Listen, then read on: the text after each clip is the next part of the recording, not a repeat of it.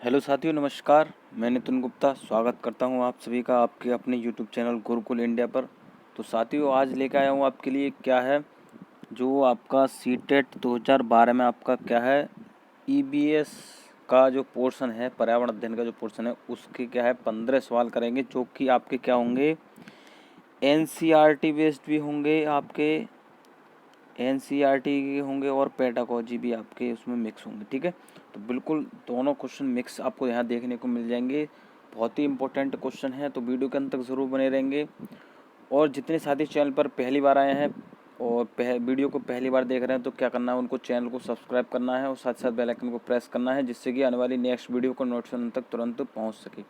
इस चैनल पर आपकी फ्री ऑफ कॉस्ट तैयारी कराई जाती है पूरी। आपके क्या है, शिक्षक एक आपको जब तक एक सरकारी पद नहीं मिल जाता तब तक आपकी तैयारी इस चैनल पर फ्री कराई जाती है। तो बिल्कुल जितने साथी हैं अपने साथियों को क्या है शेयर करेंगे वीडियो को, और क्या है ज़्यादा से ज़्यादा अपने साथियों को इस चैनल से जोड़ेंगे। ठीक है, बात को ख़त्म करते हैं। मैं बता दूं दोबारा से आपको, आज हम करेंगे क्या, पर्यावरण अध्ययन के आपके 15 क्वेश्चन करेंगे, जो कि आपके सीटेट 2012 में पूछे गए हैं। मिक्स क्वेश्चन होंगे, एनसीईआरटी के और आपके पेडागोजी के दोनों क्वेश्चन यहाँ पर आपको देखने को मिल जाएंगे। तो एक एक क्वेश्चन बहुत ही इंपॉर्टेंट है, तो बिल्कुल ध्यानपूर्वक समझते हुए चलेंगे, सारी चीज़ें इसमें क्लियर करते हुए चलेंगे, जिससे कि आपका कोई भी एग्जाम में क्वेश्चन गलत ना हो पाए। ठीक है, तो बात समझ में आ गई होगी। चलिए पहला क्वेश्चन देखेंगे कि भारोत्तोलकों को प्रायः ज़्यादा मांसपेशियां और बॉडी मास बनाने की आवश्यकता होती है। इस उद्देश्य के लिए उन्हें ऐसा आहार लेने की आवश्यकता है जो से भरपूर हो। ठीक है, तो बिल्कुल समझ में आ गई होगी बात आपके। तो ऑप्शन ए हमारा है कार्बोहाइड्रेट, ऑप्शन बी हमारा है वसा, ऑप्शन सी हमारा है विटामिन, ऑप्शन डी हमारा है प्रोटीन। तो बिल्कुल जो साथी क्वेश्चन देख रहे होंगे वो कह रहे होंगे बहुत ज़्यादा सिंपल है आंसर इसका। तो देखिए क्वेश्चन जो आपके आते हैं सीटेट में वो मिक्स आते हैं, सरल भी आता है, कोई भी चीज़ आप कर रहे हैं तो सरल भी आते हैं, उसमें कठिन भी आते हैं। तो ये ना समझें कि इसमें जो सरल क्वेश्चन है तो हम आसानी से कर लेंगे, इसमें कठिन भी क्वेश्चन है, बस आपको क्या करना है, समझना है उनको। तो इसमें आपको बताना है, देखिए आपको इसमें से कुछ ऐसा लग रहा होगा कि इसमें हम कौन सा लगाएं, सही लगाएं। तो बिल्कुल जो आपका बॉडी बढ़ाने के लिए और मांसपेशी बढ़ाने के लिए जो आपका सबसे ज़्यादा किसकी आवश्यकता होती है, जिसमें भरपूर मात्रा होती है अपने आहार, उसकी सबसे ज़्यादा भरपूर मात्रा होती है अपने क्या, मांसपेशी बढ़ाने के लिए, तो वो बताएंगे। बिल्कुल आप प्रोटीन लगा देंगे। बात समझ में आ रही होगी। जितने भी बॉडी बिल्डर जो होते हैं वो क्या करते हैं, प्रोटीन वाले जो प्रोडक्ट होते हैं उनका सेवन करते हैं। ठीक है, बात समझ में आ रही होगी। कार्बोहाइड्रेट हमें क्या करता है, हमारे शरीर को ऊर्जा प्रदान करता है। ठीक है, क्या है, ऊर्जा प्रदान करता है। ठीक है, और विटामिन क्या होते हैं, हमारे जो जितने भी रोग होते हैं उनसे लड़ने की क्षमता प्रदान करता है। बात समझ में आ गई, मैंने सारी चीज़ें आपको बता दी। और वेट बढ़ाने मतलब जो बॉडी है उसको मांस बढ़ाने के लिए उस पर प्रोटीन का प्रयोग किया जाता है। ठीक है, जैसे चने हैं, ये आपको पता होगा, आपको जिनमें प्रोटीन पाया जाता है उसका प्रयोग क्या करते हैं, बॉडी बिल्डर लोग करते हैं। ठीक है, तो सारी चीज़ें क्लियर हो गई होंगी। चलिए क्वेश्चन अगला देखेंगे कि रेखा की माँ के लिए रोजाना तालाब से लाए पानी में फिटकरी डालती है। तो ऑप्शन ए हमारा हल्के निलंबित अपद्रव्यों को अवसादित करने, ऑप्शन बी कठोर जल को मृदु जल में परिवर्तित करने, ऑप्शन सी हमारा पानी में मौजूद रोगाणुओं को खत्म करने, ऑप्शन डी हमारा है पानी को रंग रहित करने। तो बिल्कुल बताएंगे इसमें, देखिए कौन सा आपका आंसर सही हो जाएगा। तो कहेंगे सर हमारा ऑप्शन ए सही हो जाएगा, क्या है, हल्के निलंबित अपद्रव्यों को अवसादित करने। बात समझ में आ रही। देखिए फिटकरी डाल रहे हैं, यहाँ पर फिटकरी डाल रहे हैं, फिटकरी किस लिए डाल लेते हैं, जो उसमें जो अपद्रव्य होते हैं उनको अलग करने, अवसादित करने, अलग करने के लिए, जो कि पीने योग्य पानी बनाने के लिए। ठीक है, बात समझ में आ रही होगी। क्लोरीन की गोली का भी इस्तेमाल करते हैं कई जगह पर, और फिटकरी का भी इस्तेमाल करते हैं पानी को साफ करने के लिए, क्या है, पानी को साफ करने के लिए। बात समझ में आ रही होगी। और देखिए यहाँ पर रोगाणु को खत्म करने, रंग रहित करने, जल को मृदु जल में कठोर जल को मृदु जल में। तो इसमें जो सबसे ज़्यादा आंसर बिल्कुल सही होगा वो आपका ऑप्शन ए होगा, ध्यान से समझेंगे। ठीक है, तो सारे क्वेश्चन आप देखिए सीटेट में क्या होता है कि जितने भी ऑप्शन होते हैं वो आपको सही लगते हैं, लेकिन जो मोस्ट सुटेबल आंसर है वो ही आपको लगाना होता है। तो बिल्कुल सारे क्वेश्चन यहाँ आपको कराए जाएंगे। इससे पहले मैंने आपके क्या है 2011 में जो आपके पेपर आए हुए हैं ईबीएस का पोर्शन, वो भी करा रखा है। देखिए सारी तैयारी आपकी यहाँ पर चैनल पर कराई जाती है, तो बिल्कुल बने रहेंगे, अपने साथियों को भी जोड़ेंगे, और ध्यानपूर्वक जितने भी क्वेश्चन इस चैनल पर आपको कराए जाते हैं, जितना भी मटेरियल आपको पढ़ाया जाता है, जो कंटेंट आपको पढ़ाया जाता है, वो ध्यानपूर्वक समझना है। आपको वो ही चीज़ पढ़ाई जाती है जो आपके एग्ज़ाम में आती है। मैं हर बार कहता हूँ पढ़ो वो ही जो एग्ज़ाम में आए। ठीक है, तो बात बहुत हो गई। चलिए क्वेश्चन देखेंगे कि खाद्य श्रृंखला की संकल्पना को पढ़ाने में विद्यार्थियों की अधिकतम भागीदारिता के लिए निम्नलिखित में से कौन सी शिक्षण व्यूह रचना सबसे प्रभावी होगी। तो इसमें बताना है, देखिए कौन सी जो क्या है शिक्षण व्यूह रचना सबसे प्रभावी होगी। बात समझ में आ रही होगी। चलिए ऑप्शन ए देखेंगे। श्याम पट पर लिखी विभिन्न खाद्य श्रृंखलाओं के सभी उदाहरणों को देखकर लिखने के लिए विद्यार्थियों से कहना। ऑप्शन बी हमारा जीवों के प्ले कार्ड्स बनाना और विद्यार्थियों के समूह को विभिन्न खाद्य श्रृंखलाओं को सोचते हुए उन्हें व्यवस्थित करने के लिए कहना। ऑप्शन सी हमारा है विभिन्न आवाज़ों आवाओं, ठीक है, क्या है आवाओं में चलने वाली संभावित खाद्य श्रृंखलाओं की खोज करने के लिए विद्यार्थियों को कहना। ऑप्शन डी हमारा है विद्यार्थियों को इंटरनेट से संबंधित जानकारी एकत्रित करने के लिए कहना। तो बता दूं इसमें देखिए क्या कह रहे हैं, खाद्य श्रृंखला की संकल्पना को पढ़ाने में, ठीक है, समझ में आ रही, विद्यार्थी की अधिकतम भागीदारिता के लिए निम्नलिखित में से कौन सी शिक्षण व्यूह रचना सबसे प्रभावी होगी। समझ में आ रही बात। तो बिल्कुल बताएंगे इसमें, देखिए कौन सा आपका आंसर सही हो जाएगा। तो कहेंगे सर हमारा ऑप्शन बी सही हो जाएगा, जीवों के प्ले कार्ड्स बनाना और विद्यार्थियों के समूह को विभिन्न खाद्य श्रृंखलाओं को सोचते हुए उन्हें व्यवस्थित करने के लिए कहना। सबसे समझ में आ रही हो, व्यूह रचना बता रहे हैं सबसे प्रभावी होगी। तो बिल्कुल आपको ऑप्शन क्या लगाना है, बी लगाना है कि जो भी कार्ड क्या है बच्चे कार्ड बनाएंगे उसके बाद में उनके समूह को क्या है उनके जो खाद्य श्रृंखला के आधार पर उनको व्यवस्थित करने के लिए कहना। मतलब इससे बच्चा खुद करके सीख रहा है, तो बात वही आ जाती है पर्यावरण धर्म में बच्चा यहाँ पर प्रत्यक्ष रूप से मतलब कुछ कार्य को खुद कर रहा है, स्वयं कर रहा है, तो क्या बच्चे के ज्ञान में वृद्धि होगी, ठीक है, और क्या है ठीक प्रकार से उस चीज़ को समझ पाएगा। देखिए और बता दूं मैं, इंटरनेट से संबंधित कोई आपको नहीं लगाना, प्राथमिक स्तर की बात आ रही है तो इंटरनेट से कोई मतलब ही नहीं है। श्याम पट पर लिखी खाद्य श्रृंखलाओं को सभी उदाहरण देकर लिखने के लिए कहना। जरूरी नहीं है यहाँ पर कह सकते हैं देख कर उतारने की बात आ रही है, बच्चों को समझने की बात नहीं आ रही है। और तीसरी बात है विभिन्न आवाओं में चलने वाली संभावित खाद्य श्रृंखला को खोज करने के लिए कहना। तो जो चल रही है उससे मतलब थोड़ी है, जो आपका मोस्ट सुटेबल जो सबसे सही जिसमें बच्चा स्वयं करके सीख रहा है वो आपका ऑप्शन बी सही होगा, ठीक है। सारी चीज़ समझ में आ रही होगी। तो क्या करना है, एक बार वीडियो को लाइक कर देना है सभी साथी जितने भी देख रहे हैं, और क्या अपने साथियों को शेयर कर देनी है, ठीक है वीडियो। चलिए क्वेश्चन अगला है कि रेत और नमक, देखिए बिल्कुल इंपॉर्टेंट क्वेश्चन है। ऐसा आपका एक क्वेश्चन, देखिए सारे क्वेश्चन इंपॉर्टेंट है, ऐसे ही पैटर्न। तो प्रीवियस पेपर इसलिए कराता हूँ मैं कि आपको क्वेश्चन का पैटर्न पता चल जाता है किस प्रकार के क्वेश्चन आते हैं। सेम ऐसे ही क्वेश्चन आपको सीटेट में देखने को मिल जाएंगे, ठीक है। क्या है थोड़ा क्वेश्चन का क्या है लहजा, मतलब जो है तरीका चेंज हो जाता है, क्वेश्चन आपके इस प्रकार ही आते हैं, ठीक है। तो समझ में आ रही होगी बात। तो रेत और नमक के मिश्रण को पृथक करने के लिए प्रक्रियाओं के निम्नलिखित 4 क्रमों में से किसका उपयोग किया जाना चाहिए। समझ में आ रही बात। रेत और नमक के मिश्रण को क्या अलग अलग करना है, तो उसके लिए कौन सी जो क्रिया है जो कि इन दोनों के लिए सही है, ठीक है, और चारों को क्रम में बताना है। समझ में आ रही होगी बात। तो पहला है वाष्पन, अवसादन, निस्तारण, निस्पंदन। दूसरा हमारा है निस्तारण, अवसादन, वाष्पन और आपका निस्पंदन। और सी हमारा है अवसादन, निस्तारण, निस्पंदन, वाष्पन। और डी हमारा है निस्पंदन, निस्तारण, वाष्पन, अवसादन। तो इसमें बताना है कौन सा क्रम से है कि सबसे पहले कौन सी क्रिया होती है, कौन से उसके बाद में कौन सी क्रिया होती है, उसके बाद में कौन सी क्रिया होती है, उसके आधार पर आपको बताना है, क्रम से बताना है। तो इसमें कहेंगे सर हमारा ऑप्शन डी से हो जाएगा। क्या है निस्पंदन, निस्तारण, वाष्पन, अवसादन, ठीक है। वाष्पन सही होगा, अपसारण अलग अलग करनी है, निस्तारण उसमें डालने की बात आ रही है, घोलने जैसे भी है, और उसके बाद में निस्पंदन, ठीक है। बात समझ में आ रही होगी। तो सबसे पहले निस्पंदन लगाना है, निस्तारण लगाना है, वाष्पन लगाना है और अपसारण लगाना है, ठीक है। रेत और नमक की बात आ रही है, तो समझ में आ रही होगी बात आपके। चलिए तो मैंने बता दिया, देखिए रेत और नमक की बात आ रही है, तो इसमें जो वाष्पन की क्रिया जो लास्ट में हो रही है उसके द्वारा क्या होगा कि रेत जो होगा वो आपका नीचे रह जाएगा, और जो नमक है वो क्या है वाष्प के रूप में, मतलब पहले तो घुल जाएगा, उसको घोलने की बात यहाँ पर आ रही है, उसके बाद में उस वाष्पन की बात आ रही है। तो वाष्प के द्वारा रेत जो होगा वो नीचे बैठ जाएगा, और जो नमक है वो घुला हुआ है वो वाष्प के रूप में ऊपर चला जाएगा, जो कि बाद में अलग कर लिया जाता है। बात समझ में आ रही होगी। क्वेश्चन अगला देखेंगे कि एक विज्ञान शिक्षिका श्वसन प्रकरण पढ़ाने के बाद परीक्षा का आयोजन करती है और यह देखती है कि अधिकांश विद्यार्थी श्वसन और सांस लेने के बीच अंतर को नहीं समझते हैं, यह किसके कारण हो सकता है। तो ऑप्शन ए हमारा है यह उनकी कक्षा अध्यापक नहीं है। ऑप्शन बी हमारा है विद्यार्थी प्रश्न को सही तरीके से नहीं समझ सके। ऑप्शन सी हमारा है शिक्षिका की कक्षा में प्राय बहुत अनुशासनहीनता रहती है। ऑप्शन डी हमारा है वह कक्षा में प्रभावी तरीके से संबंधित संकल्पना को व्याख्यायित नहीं कर सकी।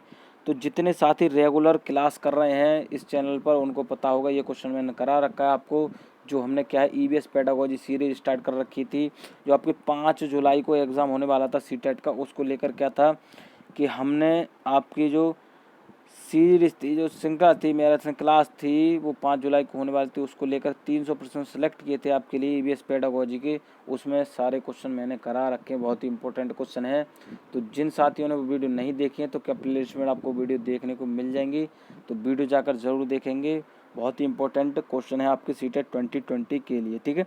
तो इसमें बताना है, देखिए सबसे सही कौन सा है, किसके कारण जो हो सकता है, तो बिल्कुल आपको पता होगा ऑप्शन डी सही हो जाएगा। यह कक्षा में प्रभावी तरीके से संबंधित संकल्पना को व्याख्यायित नहीं कर सकी। देखिए अध्यापिका नहीं है, तो बात तो यहाँ पहले ही देखिए शिक्षिका की बात है, अध्यापिका नहीं है, ये कैसे पढ़ा सकते जब अध्यापिका नहीं है, तो कैसे यह शोषण प्रक्रिया पढ़ाएगी।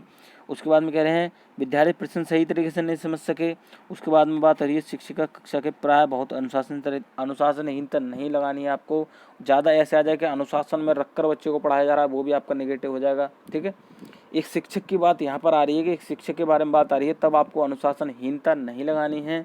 और क्या लगाना है, वो लगाना है कि जिसके द्वारा बच्चे जो है आसानी से सीख रहा होगा। वो आपका बिल्कुल ऑप्शन डी में है कि वह कक्षा में प्रभावी तरीके से संबंधित संकल्पना को व्याख्यायित नहीं कर सकी। अब इसकी जगह पे ऐसे कैसा आपका ऑप्शन अलग तरीके से क्या है, व्यवस्था फेल होगी। मैंने बता रखा है आपको, क्वेश्चन में पूछ लेगा और ऐसे करके आंसर दे देगा कि शिक्षक के द्वारा व्यवस्था फेल होगी, ठीक है। क्या है, या शिक्षक जो है व्यवहारिक रूप से या बच्चे को उसके व्यवहार के अनुसार नहीं समझा सकी, ठीक है।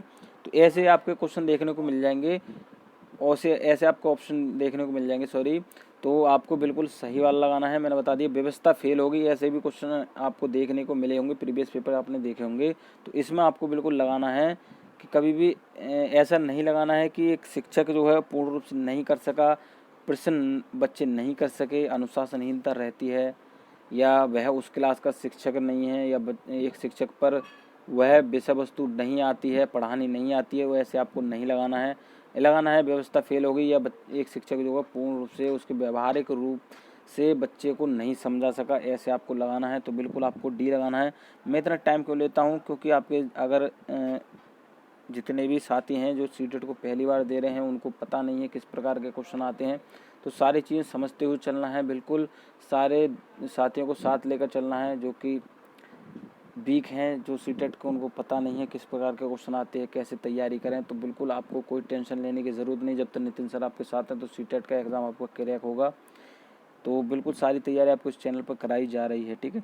तो अगला क्वेश्चन बात करेंगे, निम्नलिखित में से भोजन बनाने का कौन सा तरीका अच्छा है। तो ऑप्शन ए हमारा है सब्जियों को काटना और तब उन्हें चलते पानी में धोना। ऑप्शन बी हमारा है सब्जियों को काटने और पकाने से पहले उन्हें कुछ समय के लिए धूप में रखना। ऑप्शन सी हमारा है बैक्टीरिया नष्ट करने के लिए सब्जियों को गहरा तलते हुए पकाना। ऑप्शन डी हमारा सब्जियों को अच्छी तरह से धोना और फिर काटना।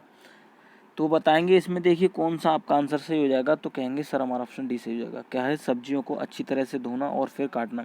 तो बिल्कुल बात समझ में आ रही होगी, आपके यहाँ पे भी सब्जी आती होगी, तो आपको क्या करना है, उसको सबसे पहले अच्छी तरह से धोना है, उसके बाद में काटना है। और लॉकडाउन का माहौल वैसे ही आपको पता है, तो बिल्कुल सारी सावधानियाँ बरतनी है आपको। सब्जियों को काटना, उनमें चलते पानी धोना बिल्कुल नहीं लगा सकते हैं आप, इससे कोई मतलब ही नहीं है आपका। सब्जियों को काटना और उनके पकाने, तलते हुए क्या है, कुछ समय के लिए धूप में रखना, और क्या है गहरा तलते हुए पकाना। तो बिल्कुल आपको पता चल रहा होगा, तो इसमें आपका आंसर डी से हो जाएगा। सब्जियों को अच्छी तरह से धोना है, उसके बाद में काटना है। समझ में आ रही होगी बात। ऐसे ही क्वेश्चन आपको सीटेट में देखने को मिलते हैं। क्वेश्चन अगला देखेंगे, इंपॉर्टेंट क्वेश्चन है, ऐसे ही क्वेश्चन आपके आते हैं। पॉइंट दे रखेगा, उसके बारे में पूछ लेगा कौन से कथन जो है इनसे संबंधित है, ठीक है। तो ऐसे ही आपके आ जाते हैं, कोई निगेटिव पूछ लेगा कि इसमें से नहीं है। सारे क्वेश्चन यहाँ कराए जाएंगे आपके। तो क्वेश्चन है कि पर्यावरण अध्ययन की शिक्षिका वायु प्रकरण को पढ़ाते समय यह प्रदर्शित करना चाहती है कि वायु में भार होता है और वह जगह घेरती है। उसकी सहयोगी इस उद्देश्य के लिए उसे निम्नलिखित 4 भिन्न गतिविधियाँ सुझाते हैं। तो 4 गतिविधियाँ हैं, इनमें से बताना है कौन कौन सी आपकी सही है। तो ए हमारा है खाली उल्टा बीकर पानी की सतह के ऊपर रखें और उसे नीचे धकेलें। दूसरा है हमारा स्ट्रॉ के माध्यम से जूस को खींचना। सी हमारा है गुब्बारे में हवा भरना। डी हमारा है 2 भरे हुए गुब्बारे एक छड़ से बांधें तथा साम्य अवस्था में ले जाएं, तब उसकी एक गुब्बारे को फोड़ दें। ठीक है, क्या है, तब किसी एक गुब्बारे को फोड़ दें। बात समझ में आ रही? तो इसमें बताना है उपयुक्त गतिविधियों में से कौन सी गतिविधियां वांछनीय परिणामों को प्रदर्शित करेंगी। समझ में आ रही होगी बात? तो बताएंगे इसमें कौन सा आपका आंसर सही होगा। तो कौन कौन से इसमें आपके सही होंगे, तो ऑप्शन इसमें आपका जो पहला पॉइंट है वो सही होगा। खाली क्या है, उल्टा बीकर पानी की सतह के ऊपर रखें और उसे नीचे के लिए धकेलें। आपने देखा होगा, आप घर पे करके देखेंगे। अगर आपने नहीं देखा होगा, नहीं समझा होगा, तो क्या करना है कि पानी आपका बाल्टी में भरा होगा, उसमें एक बीकर होगा या मग्गा जो आप जानते होंगे, उसको क्या है ऊपर से दबाना है, तो उसमें आपको देखने को मिलेगा कि प्रेशर हो रहा है। ठीक है, क्या है, मग्गा जो है आपको जो बीकर है वो पानी के अंदर देरी मतलब जो है दिक्कत कर रहा है। ठीक है, जा नहीं पा रहा है अंदर, तो वो क्या है, वो दबाव उसमें क्या है, दबाव बनना है। ठीक है, क्या है, दबाव बनना है। तो वायु प्रकरण बढ़ाने के लिए ये आपका बिल्कुल सही होगा। उसके बाद में स्ट्रॉ माध्यम जूस खींचना, ये नहीं होगा। गुब्बारे में हवा भरना जरूरी नहीं, हवा भरने से क्या मतलब है। और आपका डी सही हो जाएगा कि 2 भरे हुए गुब्बारे को छड़ में बांधें तथा साम्य अवस्था में ले जाएं, तो एक गुब्बारे को फोड़ दें। जब दोनों में समान रूप से हवा भरी जाएगी और एक गुब्बारे को फोड़ देंगे, तो क्या है, छात्र आसानी से समझ लेगा कि क्या है, वायु में भी भार होता है। ठीक है, वायु में भी भार होता है। जब छड़ जो एक गुब्बारे को फोड़ देंगे, तो छड़ में जो एक तरफ का गुब्बारा होगा वो नीचे के लिए आ जाएगा, तो छात्र जो आसानी से समझ लेगा कि वायु में भी भार होता है। समझ में आ रही है बात? तो ये प्रकरण पढ़ाने के लिए 2 कथन आपके बिल्कुल सही होंगे, ए और डी। ये आपको कौन से ऑप्शन में देखने को मिल रहे हैं, तो कहेंगे सर ऑप्शन ए में देखने को मिल रहे हैं। ठीक है, समझ में आ गई होगी बात बिल्कुल। चलिए क्वेश्चन अगला देखेंगे कि वायु प्रदूषण प्रकरण पढ़ाने के लिए 4 अलग अलग विज्ञान शिक्षक 4 तरह की शिक्षण पद्धतियों का प्रयोग करते हैं।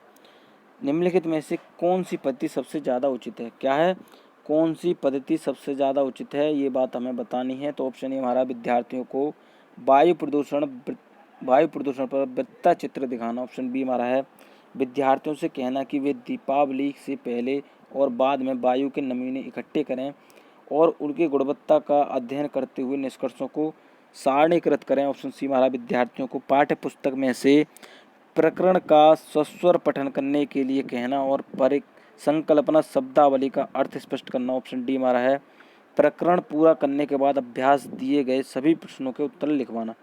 तो बताएंगे इसमें, देखिए कौन सा आपका आंसर सही हो जाएगा। तो बिल्कुल बताएंगे कौन सा आपका आंसर सही होगा। तो कहेंगे सर ऑप्शन बी सही हो जाएगा। विद्यार्थियों से कहना कि वे दीपावली से पहले और बाद के वायु के नमूने इकट्ठे करें और उसकी गुणवत्ता का अध्ययन करते हुए निष्कर्षों को सारणीकृत करें। ये कह रहे हैं 4 तरह की शिक्षण पद्धतियों का प्रयोग करते हैं। क्या है, वायु प्रदूषण प्रकरण पढ़ाने के लिए 4 अलग अलग विज्ञान शिक्षक। समझ में आ रही बात? 4 तरह की शिक्षण पद्धतियों का प्रयोग करते हैं। निम्नलिखित में से कौन सी पद्धति सबसे ज़्यादा उचित है। तो बिल्कुल इसमें आप समझ रहे होंगे कि गलत है, लेकिन ये सही हो जाएगा कि जब दीपावली से पहले की बात करेंगे तो उसमें वायु की क्या है, कुछ अलग बात होगी, और उसके बाद दीपावली की बात करेंगे तो आप पटाखे भी फोड़ते होंगे, तो उसमें वायु जो होगी वो कुछ दूषित होगी। तो उसके बाद में कह रहे हैं नमूने इकट्ठे करेंगे, उसके बाद में क्या है, उनकी गुणवत्ता का अध्ययन करेंगे और उसके बाद में निष्कर्ष। मतलब बच्चा जो खुद कर रहा है, इसमें आपको ये देखने को मिल रहा है बच्चा खुद कर रहा है, बच्चे को खुद करने के लिए दिया जा रहा है, बच्चे को खोजने के लिए दिया जा रहा है, वो आपका आंसर जो होता है मैंने बता रखा है आपको पिछली वीडियो में। तो बिल्कुल निष्कर्ष पे भी पहुंचेगा, उसकी साड़ी बनाने के लिए कहेंगे कि इसमें क्या हुआ है। ठीक है, तो प्रकरण पढ़ाने की बात आ रही है, समझ में आ रही होगी बात। प्रकरण को पूरा करने के बाद अभ्यास दिए गए प्रश्नों, मैंने बता रखा है, ऐसा कहीं भी आपको देखने को मिले बिल्कुल लगा काट देना है। ठीक है, पाठ्य पुस्तक के प्रकरण को सस्वर पठन कहने के लिए कहना जरूरी नहीं, पहले बच्चा समझेगी नहीं तो सस्वर पठन कहाँ से कर सकेगा। और प्राथमिक स्तर की बात आ रही है, समझ में आ रही बात। विद्यार्थी वायु प्रदूषण वृत्ता चित्र दिखाना, वृत्ता चित्र से बच्चा क्या समझेगा। ठीक है, मैंने बता दिया, बच्चा जब तक स्वयं करके नहीं सीखेगा तब तक क्या बच्चे के ज्ञान में वृद्धि नहीं होगी। बात समझ में आ रही, मैंने बता रखा। पर्यावरण अध्ययन की कहीं भी बात आ जाएगी तो बच्चे को प्रत्यक्ष रूप से बच्चा कोई कार्य कर रहा है या बच्चा करके सीख रहा है, बच्चे को खोजने के लिए दिए जा रहे हैं, उससे रिलेटेड आपको कहीं भी क्वेश्चन या ऑप्शन देखने को मिल जाता है, वो आपका आंसर बिल्कुल सही होता है। बात समझ में आ रही होगी आपकी। तो अगला क्वेश्चन देखेंगे, कि एक शिक्षिका तनावग्रस्त बच्चे की पहचान कर सकती है जब बच्चा निम्नलिखित व्यवहार प्रदर्शित करता है। तो ऑप्शन ए हमारा पढ़ाई में पूर्ण एकाग्रता, ऑप्शन बी हमारा बहुत बात करना, ऑप्शन सी हमारा है हाइपर एक्टिविटी अति सक्रियता, ऑप्शन डी हमारा आक्रामक व्यवहार। तो ये भी क्वेश्चन मैंने आपको करा रखा है, आपने वो पेडागोजी की सीरीज आपने कंप्लीट की हुई है, तो कुछ क्वेश्चन उसमें रह गए हैं वो आपके करा दिए जाएंगे। तो बिल्कुल अगर आपने वो क्वेश्चन देखे हैं तो आपको ये आंसर इसका पता होगा, तो कहेंगे सर हमारा ऑप्शन डी से होगा आक्रामक व्यवहार। शिक्षिका तनावग्रस्त बच्चे की पहचान कर सकती है, ठीक है, जब बच्चे निम्नलिखित व्यवहार प्रदर्शित, व्यवहार की बात आ रही है तो व्यवहार से व्यवहार भी आ गया, ये आपका क्या है एक ट्रिक समझ सकते हैं। उसके बाद में देखिए तनावग्रस्त बच्चे की बात आ रही है तो बच्चा जो है कुछ ऐसा व्यवहार प्रदर्शित करेगा कि एक शिक्षिका स्वयं समझ लेगी या जिस कक्षा में बच्चे होंगे वो भी समझ लेंगे कि इसके क्या है, आक्रामक व्यवहार करेगा, कुछ भी बच्चा ऐसी क्रिया कर देगा जिससे कि क्या शिक्षिका समझ लेगी। पढ़ाई में पूर्ण एकाग्रता नहीं, बहुत बात करना नहीं होगा, हाई एक्टिविटी ये इससे संबंधित नहीं है, समझ में आ रही बात। तो आक्रामक व्यवहार आपको लगाना है, जब भी देखिए क्वेश्चन आप पर रिपीटेड हो चुका है कई बार आपके सीटेट में पूछा गया है, तो बिल्कुल ध्यान से समझेंगे, ये आपको लगाना है आक्रामक व्यवहार, ठीक है। चलिए क्वेश्चन अगला है, पानी के साथ प्रयोग करते हुए ज्योति यह देखती है कि स्टील की खाली कटोरी पानी पर तैरती है लेकिन लोहे की एक छोटी कील डूब जाती है, इसे तथ्य द्वारा व्याख्यात किया जा सकता है। सारे क्वेश्चन लिए गए हैं, टेंशन लेने की कुछ ज़रूरत नहीं है, ध्यान से समझते हुए चलेंगे और क्या है वीडियो के अंत में कमेंट करके ज़रूर बताएंगे कि क्वेश्चन कैसे लगे, वीडियो में कोई कमी है क्या है, तो जिससे कि आने वाली और वीडियो को क्या है बेहतर रूप से आपके लिए लाया जा सके, ठीक है। बात करेंगे पहले ऑप्शन की, स्टील की कटोरी पर लगने वाला बल उसके भार की तुलना में ज़्यादा है जबकि लोहे की कील पर लगने वाला बल उसके भार की तुलना में कम है। ऑप्शन बी हमारा लोहे की कील पर लगने वाला बल उसके भार की तुलना में ज़्यादा है जबकि स्टील की कटोरी पर लगने वाला बल उसके भार की तुलना में कम है। ऑप्शन सी हमारा लोहा पानी की तुलना में भारी है और स्टील पानी की तुलना में हल्का है। ऑप्शन डी हमारा है लोहा पानी की तुलना में हल्का है और स्टील पानी की तुलना में भारी है। तो समझ लिया होगा बिल्कुल क्वेश्चन आपने, तो बताएंगे इसमें कौन सा आपका आंसर सही होगा। तो कहेंगे सर हमारा ऑप्शन ए सही हो जाएगा, स्टील की कटोरी पर लगने वाला बल उसके भार की तुलना में ज़्यादा है जबकि लोहे की कील पर लगने वाला बल उसके भार की तुलना में कम है। समझ में आ रही बात। जब कटोरी होता है, कटोरी का एरिया ज़्यादा होता है, तो ये क्वेश्चन मैंने शायद करा रखा है आपको, समझ रहे हैं आप। तो कटोरी का एरिया ज़्यादा होता है जिससे कि उसमें दबाव जो होता है वो क्या है पूर्ण रूप से चारों तरफ से पड़ता है, लेकिन जो कील होती है उसका एरिया कम होता है और दबाव की मात्रा होती है कम होती है, जिसके कारण क्या कील डूब जाती है और कटोरी नहीं डूबती। जैसे कि आपने जहाज़ देखा होगा, जहाज़ इतना बड़ा होता है और वो नहीं डूबता है, लेकिन आप सुई लें या कोई ऐसी वस्तु लेंगे जो कि छोटी होती है और वो क्या आसानी से डूब जाती है। बात समझ में आ रही होगी। तो क्या उसके एरिया की वजह से उसके दाब की मात्रा जो है कम हो जाती है, दाब की मात्रा मतलब ऐसे कह सकते हैं एरिया की वजह से क्या है वो वस्तु जो है डूब नहीं पाती है, और लेकिन जो वस्तु छोटी होती है वो उसमें दाब कम लगता है, ठीक है, बल कम लगता है, जिसके कारण वह डूब जाती है, ठीक है।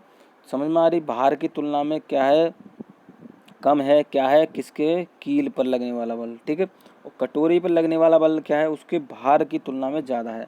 समझ में आ रही बात। तो उसका एरिया है तो उसके अनुसार उसका बल जो है जो भार है उसकी तुलना में ज़्यादा लग रहा है, और जो कील है उसकी तुलना में जो वजन है उसकी तुलना में क्या है बल कम लग रहा है, ठीक है। समझ में आ रही बात। चलिए क्वेश्चन अगर देखें, निम्नलिखित में से जीवन प्रक्रियाओं का कौन सा युग्म पेड़ पौधों और जीव जंतु दोनों से मिलता है। ऑप्शन ए प्रजनन और भोजन बनाना, ऑप्शन बी प्रजनन और अंकुरण वृद्धि और अंकुरण, ऑप्शन सी हमारा है वृद्धि और प्रजनन, ऑप्शन डी हमारा है वृद्धि और भोजन बनाना। तो ये क्वेश्चन आपको देखने को मिलता है एग्ज़ाम में, अगर आपने प्रीवियस पेपर देखे होंगे सारे क्वेश्चन आपको यहाँ कराए जाएंगे। तो बताएंगे इसमें देखिए कौन सा आपका आंसर सही होगा। तो कहेंगे सर हमारा ऑप्शन सी से हो जाएगा वृद्धि और प्रजनन। तो ये क्वेश्चन आपका आता है, बार बार आता है, तो समझेंगे पेड़ पौधों और जीव जंतु में समानता क्या पाई जाती है, ऐसे भी आपका क्वेश्चन पूछ लेता है। पेड़ पौधे और जीव जंतु क्या प्रदर्शित करते हैं, क्या व्यवहार प्रदर्शित करते हैं, ऐसे भी आपको पूछ लेगा। तो आपको क्या याद रखना है कि वृद्धि और प्रजनन समान व्यवहार प्रदर्शित करते हैं। पेड़ पौधे जीव जंतु क्या है, वृद्धि और प्रजनन, वृद्धि भी करते हैं और प्रजनन भी करते हैं। ठीक है, समझ में आ रही बात। अगला क्वेश्चन है, अंजलि की सहेली दांतों में क्षय से बचने के लिए निम्नलिखित 4 तरीके बताती है। ऐसे क्वेश्चन आप पे आते हैं, कुछ पॉइंट दे रखे हैं, पहले भी आपको क्वेश्चन करा रखे हैं, उन्हें पूछ लेगा कौन से इससे संबंधित है, जो कि हमने पीछे भी अभी क्वेश्चन किए थे। अंजलि को उपयुक्त तरीकों में से किसका अनुपालन करना चाहिए, समझे। तो बताएंगे, ए है हमारा दिन में 2 बार ब्रश करें, बी हमारा है इनेमिल कम ना हो इसके लिए ब्रशेज पहने, ऑप्शन सी हमारा है कि मिठाई चॉकलेट्स और कार्बन डाई युक्त पेय पदार्थ ना लें, और डी हमारा है हर खाने के बाद कुल्ला करें। तो बताना है इसमें, देखिए कौन कौन से जो बिंदु हैं वो सही हो जाएंगे। तो कहेंगे, मैं बता दूं आपको, जो आपका सी वाला है कि मिठाई चॉकलेट और कार्बन डाई युक्त पेय पदार्थ ना लें, समझ में आ रही बात। उसके बाद में हर खाने के बाद में क्या करेंगे, कुल्ला भी करेंगे, समझ में आ रही है बात। उसके बाद में क्या है, दिन में 2 बार ब्रश करें, इनेमिल कम ना हो इसके लिए ब्रेसेस पहने, ज़रूरी नहीं है। तो ये तीनों जो मैंने बताए हैं आपको, ए बताया है और डी बताया और सी बताया है, ये आपको क्या उपयुक्त तरीका है किसके लिए, दांतों के क्षय से बचने के लिए। समझ में आ रही बात। आप भी ये क्या इस्तेमाल कर सकते हैं, क्या है, क्षय से बचने के लिए क्या करना है, दिन में 2 बार ब्रश करना, सुबह करना, शाम को करना, जो भी जो छात्र करते होंगे, हमारे कई साथी हैं। और मिठाई चॉकलेट और कार्बन डाई युक्त जो भी पदार्थ होते हैं वो ना लें, ठीक है, जो कि आपके लिए दांतों के लिए बहुत ही ज़्यादा क्या होते हैं, हानिकारक होते हैं। ठीक है, और क्या खाने के बाद कुल्ला करेंगे, ये भी बात आपकी आप जानते होंगे, अब आप दैनिक जीवन में रह रहे होंगे, आपको सारी चीज़ें पता होगी। तो बता रखा है पर्यावरण अध्ययन में, आपको क्या समझना है, दैनिक जीवन को अपने समझना है, जो कि आपके व्यवहार में चल रहा है, बस वो ही आपका आता है सीटेट में। तो क्वेश्चन अगर देखें, नीचे दिए गए बेन आरेख का अध्ययन कीजिए। तो क्या है, ज़मीन पर रहने वाले जीव जंतु, कुछ ऐसा आरेख दे रखेगा, तो उसमें बताना है कि क्या है, निम्नलिखित में से कौन से जीव जंतु एक्स में रखे जा सकते हैं। पहले समझ लेंगे इसमें, देखिए कौन कौन से हैं। एक्स का मतलब है जो तीनों में आ रहे हों, क्या है, जो तीनों में रहते हैं। ठीक है, ऐसे कौन से जीव जंतु हैं जो आपके तीनों में रहते हैं, कैसे, ज़मीन पर भी रहते हैं और पानी में भी रहते हैं और आपके अंडे भी देते हैं, समझे बात। तो बताना है इसमें, ए हमारा है ईल सर्पमीन, बी हमारा है शार्क, ऑप्शन सी हमारा है मछली, ऑप्शन डी हमारा मगरमच्छ। बिल्कुल बात समझ में आ रही होगी, ये क्वेश्चन मैंने करा रखे हैं इससे संबंधित। तो बताएंगे इसमें, देखिए कौन सा आपका आंसर सही होगा। तो कहेंगे ऑप्शन डी से हो जाएगा, मगरमच्छ। मगरमच्छ जो होता है आपका ज़मीन पर भी चलता है, आपको पता होगा, आपने देखा होगा। उसके बाद में पानी में भी रहता है, ठीक है, और उसके बाद में क्या है, वह अंडे भी देता है। अब एक क्वेश्चन ऐसे आ जाए कि उसके सर पर आँखें होती हैं या उसके कान दिखाई नहीं देते, ऐसे भी आता है, आपका आता है। तो बिल्कुल आपको मगरमच्छ लगाना है, ये अंडे भी देता है, ज़मीन पे ही रहता है, पानी में भी रहता है। ठीक है, समझ में आ रही बात। मछली होती है आपकी पानी में रहती है, अंडे भी देती है, शार्क भी मछली होती है, समझ में आ रही बात। चलिए अगला क्वेश्चन देखेंगे। के लिए मछली घर एक्वेरियम में हवा वाला पंप रखा जाता है। ऑप्शन ए, जलीय पौधों को अधिक कार्बन डाइऑक्साइड उपलब्ध कराने, बी हमारा है अधिक ऑक्सीजन को पानी में घुलने देने, सी हमारा है मछली घर एक्वेरियम की शोभा बढ़ाने, ऑप्शन डी हमारा पानी को साफ करने। तो बिल्कुल बताएंगे इसमें, देखिए कौन सा आपका आंसर सही हो जाएगा। तो कहेंगे सर हमारा ऑप्शन बी सही हो जाएगा, अधिक ऑक्सीजन को पानी में घुलने देने। पानी को साफ करने, शोभा बढ़ाने, ये आपका नहीं हो सकता, आपको देख कर ही पता चल रहा होगा। जलीय पौधों को अधिक कार्बन डाइऑक्साइड उपलब्ध कराने, तो पौधे को अधिक कार्बन डाइऑक्साइड उपलब्ध कराने, तो पौधे तो नष्ट हो जाएंगे, खत्म हो जाएंगे। ठीक है, अधिक ऑक्सीजन को पानी में घुलने देने के लिए क्या किया जाता है, मछली को एक्वेरियम में हवा वाला पंप रखा जाता है, जिससे कि क्या है, ऑक्सीजन उसको मिलती रहे। ठीक है, आपने देखा होगा, आपके पास जो कई साथी होंगे जिनके घर में होंगे, जो एक्वेरियम होंगे, जो कि मछली पाल रहे होंगे, तो उसमें पाइप लगा होता है। वो पाइप किस लिए होता है, ऑक्सीजन की मात्रा को बढ़ाने के लिए। ठीक है, समझ में आ रही बात, और ऑक्सीजन को पानी में घोलने के लिए। अगला क्वेश्चन देखेंगे, लास्ट क्वेश्चन है, ध्यान से समझेंगे, इंपॉर्टेंट क्वेश्चन है कि जब एक मछली को पहले से उबले लेकिन कमरे के तापमान पर ठंडा किए गए पानी से भरे एक्वेरियम में डाला जाता है तो वह मर जाती है। ऐसा इसलिए होता है क्योंकि मछली घर एक्वेरियम का पानी, तो बताना है बिल्कुल। देखिए आपका, देखिए 2 क्वेश्चन इससे संबंधित आ गए, मछली संबंधित, पानी संबंधित, बिल्कुल समझेंगे। ऑप्शन ए हमारा ऑक्सीजन रहित है, ऑप्शन बी मछली द्वारा पानी पीने होगा, यहाँ पर क्या है, पीने के योग्य नहीं है। सी हमारा है खनिज रहित है, ऑप्शन डी मछली के तैरने योग्य नहीं है। मछली के तैरने योग्य नहीं है, पीने योग्य नहीं है, पानी मछली थोड़ी पीती है। ऑक्सीजन रहित है, ठीक है, नहीं लगाना, लेकिन खनिज रहित है, मतलब मछली जहाँ पर पानी में रहती है, आप ये समझ रहे होंगे केवल पानी से ही चलती है, जीवित रहती है। तो खनिज जो उसमें पाए जाते हैं, आपके पानी में, जल में पाए जाते हैं, जो आपको मछली खाती है, वो उसमें नष्ट हो जाएंगे, जिसलिए क्या है, मछली मर जाएगी। क्या है, मछली मर जाएगी। ठीक है, समझ में आ रही होगी बात आपके। तो बिल्कुल पानी, उबले हुए पानी में अगर मछली को रखेंगे तो उसकी जो खनिज पदार्थ होंगे वो नष्ट हो जाएंगे। ठीक है, जो कि आपको पता होगा, तो जिससे कि मछली मर जाएगी, ये आपको समझाना है। समझ में आ रही होगी बात।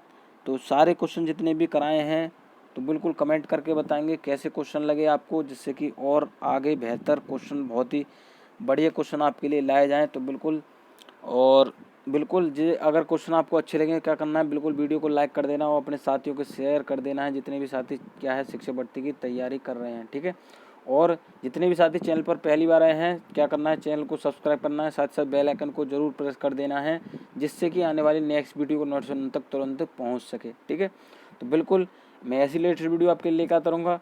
वीडियो देखने के लिए धन्यवाद।